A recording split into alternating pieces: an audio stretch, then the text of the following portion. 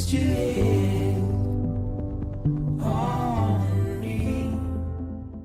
Alright guys, so in this video I played Death Stranding in 2023 for the first time, and I'll be giving an overall review and my thoughts on the game to let you know if it does still hold up almost 4 years after releasing back in 2019. If you go on to enjoy or find this video helpful, then tap that like button down below, and if story video games are your thing, then maybe consider subscribing to the channel. I have various reviews on a selection of games, and a playlist of the series will be in the description down below. Now let's jump into Death Stranding. To start off, I want to talk about the setting and overall world of the game, which is all set on a post-apocalyptic United States, with the terrain following a rugged and some would say a samey feel to it after a while. Bearing in mind it's post-apocalyptic, this just sort of emphasises that haunting mood of the world where it's incredibly lonely and desolate, which it would most likely be like, as the game is revolved around a fractured society that's been broken down, including hazardous weather conditions such as timefall, which is basically precipitation rain, with the catch of the rain eroding and deteriorating at an incredibly fast rate, making the world degrade heavily over time, and one of the biggest reasons to how the setting has become. This means you have to be fast on your feet when trekking on foot, which is all of the time really. You'll have to find shelter pretty quickly, or when you have the ability, you can build your own shelter. The main character of Sam Porter Bridges, who I'll get into later, has to always wear thick layers of clothes and raincoats to prevent him from instantly aging, as the rain of course decays human skin and your cargo,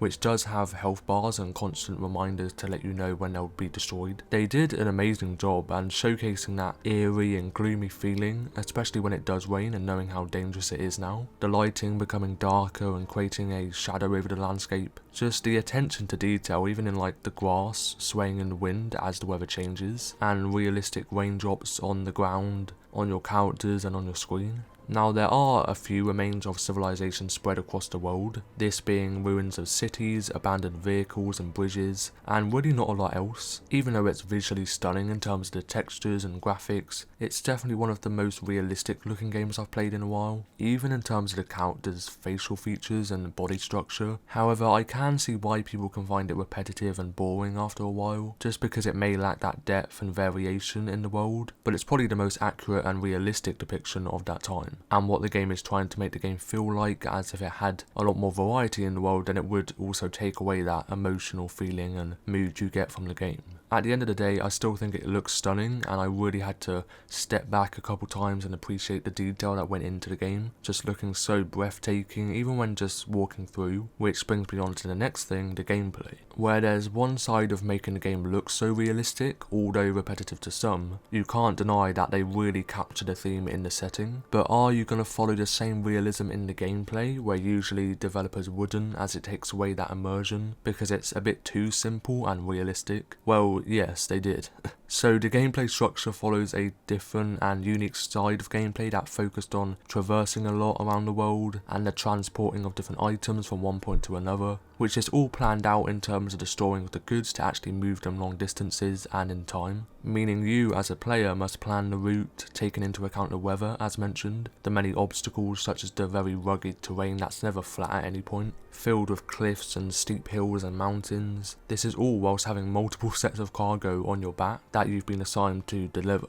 Therefore, there's so much customization in terms of how and where you want to store the items that it's really impressive, to be honest. The cargo does add up as you progress, therefore you can choose whether to put a couple items on your back, not too much so you don't topple over and lose balance, meaning you can always sort them on the side of your hips, legs and shoulders, etc. Basically any spot on your suit possible, or some may be carried in your hands, hung on your tool rack. There's a good selection of boots to choose from as well, which can always be switched out on your footwear, with different boots withstanding more damage in a wide range of conditions. One's more durable and hard wearing than older designs. Now there's also many gadgets to help you traverse and locate yourself around the map, one of the main ones being the Odradek, basically a piece of equipment that fully scans the surrounding area. It will highlight nearby cargo and other objects, as well as potential threats and other players' signs that anyone can place down on the ground. This is either to warn other players or show a good photo spot, a friendly emoji, or even directions on where to go. There's so much selection for such a small feature that's so detailed, with different sets of meters to show how steep a hill is or how far a drop is. I love this feature, as although it's one of the most emotional and bleak worlds, there's always that bit of life from another player placing a sign, and just shows that the community of the game can connect and socialise a bit even when playing alone. As I mentioned, depending on how much cargo you carry, this will significantly affect your balance due to so much weight, meaning when sprinting and running you may have to use the right and left click or whatever button it is on controller to balance and steady yourself. And it's really important because if you fall, then you may damage or lose cargo or even hurt yourself. This is obviously mixed with the harsh weather conditions as well. You'll also have to think carefully about cargo storage, because if you place an imbalance of cargo, like a bunch on your shoulder and not the other shoulder, then this will of course make Sam less stable when traversing. So very strategic gameplay where, although it's just delivering cargo, you do have to think carefully about how you distribute it depending on how much there is and the different terrain you travel over.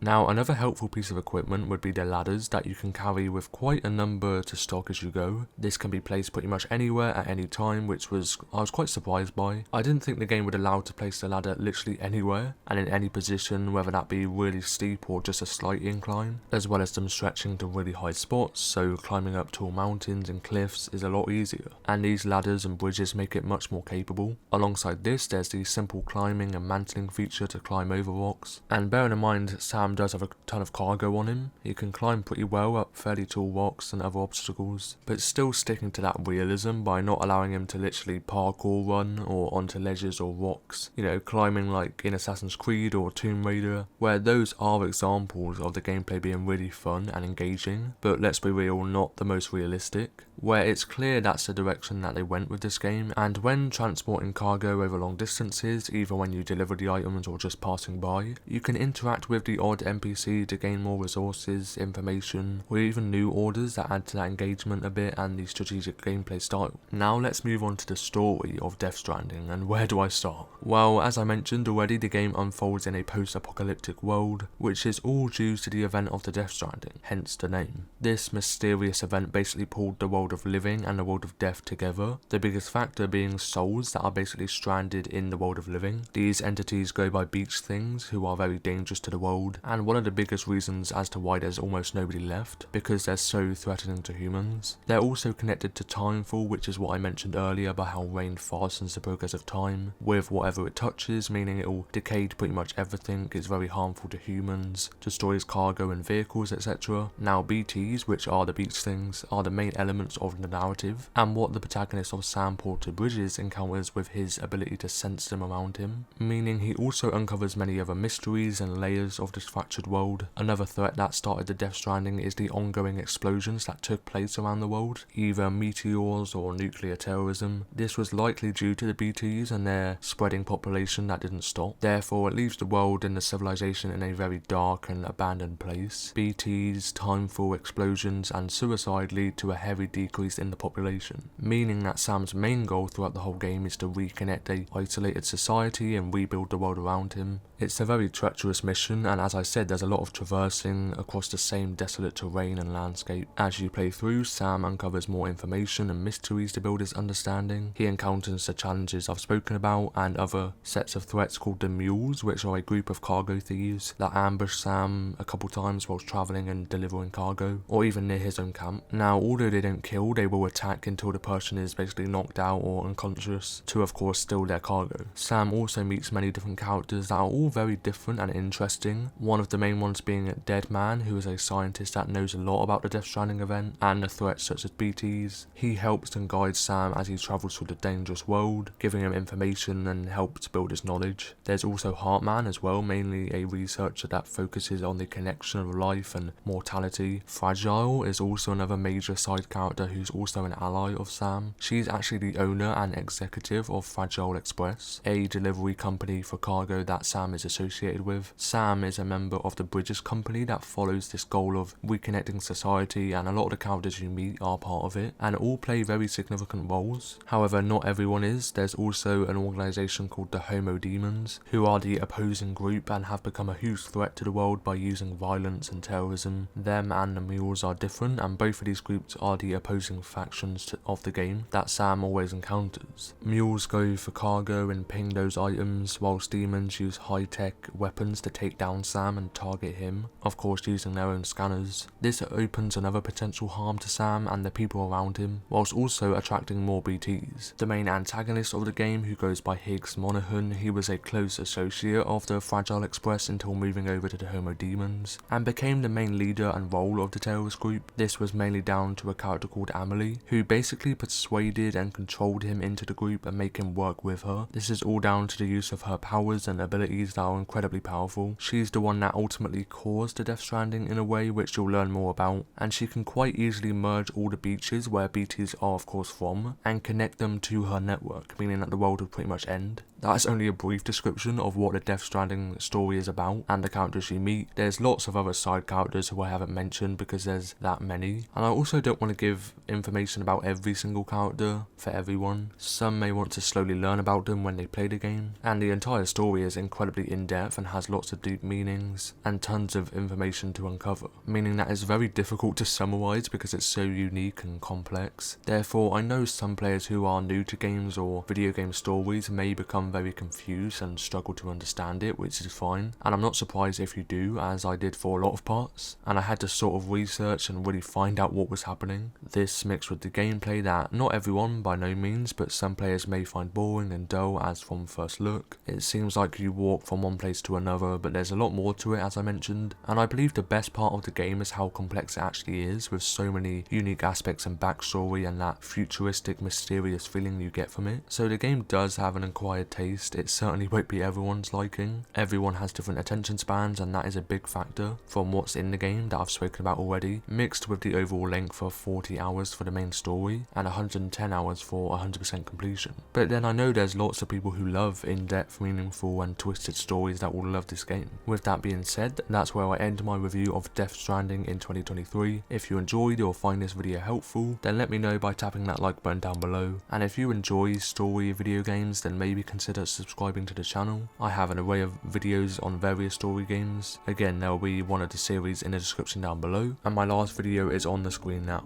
Thank you for watching until the end, and bye bye.